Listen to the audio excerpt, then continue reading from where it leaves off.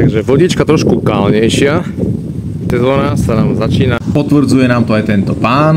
Tak, konečne ten správny vietor. A môžem sa s vami podeliť o svoj nový zážitok, skúsenosť a záver. Len si spravte sami. Takže, volal som dnes na inzerát. Dvojizbový byt, umennom, pôvodný stav. S chlapíkom som rozprával asi pred 2 mesiacmi. Reku, volám vám, ako sme sa v podstate dohodli po nejakom čase. Ako sa vám darí s predajom bytu? Ja, dobrý. To ste vy, pán Tucimak, z realitnej kancelárie? Výborne sa darí, ďakujem pekne za opýtanie. No lebo pozerám, že opakujete svoj inzerát už 37 krát. Čo je u veci? Všetko je OK.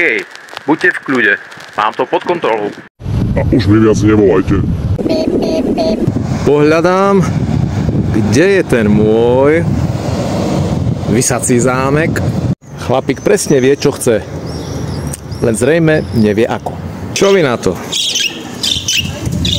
Sami ste počuli. No ja viem, čo chcem, viem, pre koho to chcem a viem, ako na to. Mimochodom, idem zrovna okolo. Reprezentatívny podnikateľský priestor Alibabe.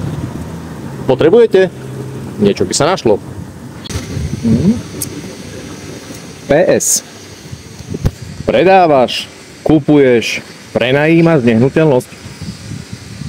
Moja rada znie: vyskúšaj, potráp sa, možno ti to vyjde, budem držať palce. Keď ťa však prejde trpezlivosť, alebo ideálne ešte skôr, kontaktuj ma.